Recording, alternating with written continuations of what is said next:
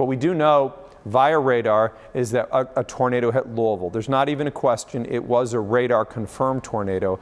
And our Hayden Rostevsky is going to talk to us a little bit about what's going on, what we know, where the damage is. Hayden, you are in the J-Town area, and it's a mess.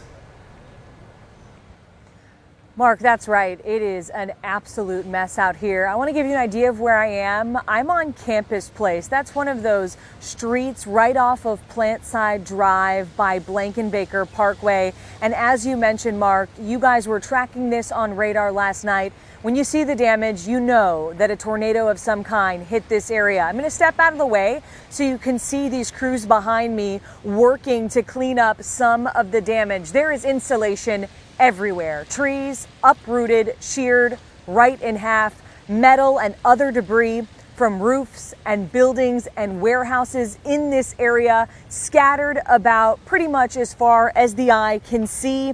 Many different companies do business in this area, but we're not far from Papa John's to give you that locator. So many of us have been in this area so many times. Buildings here, several of them are likely a total loss, including a daycare that was particularly hard hit. A worker I spoke to told me the area that she typically uses as a safe space with those children was completely collapsed and taken out by this storm. I also spoke to a gentleman who was inside working at the time the storm hit.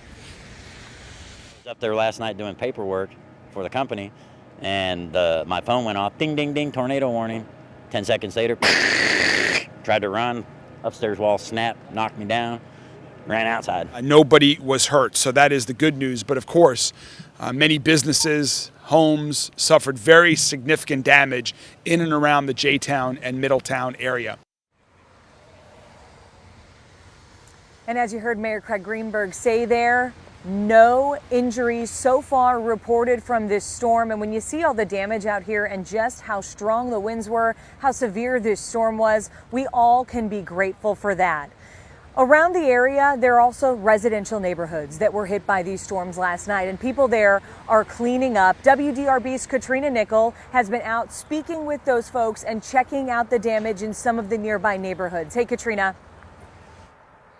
Hey Hayden, so we are at the Beckley at Reserve Station neighborhood, not too far from Cal English Station, to give you an idea of where we're at. And this neighborhood is one of the ones that was hardest hit, evident by just all the debris that is scattered across all of these yards. I've got a downspout, part of a downspout in one hand, a lot of siding in this hand, and you can see this street is just lined with crews here to help people pick up and clean up, because obviously that is a main concern before more rain comes in.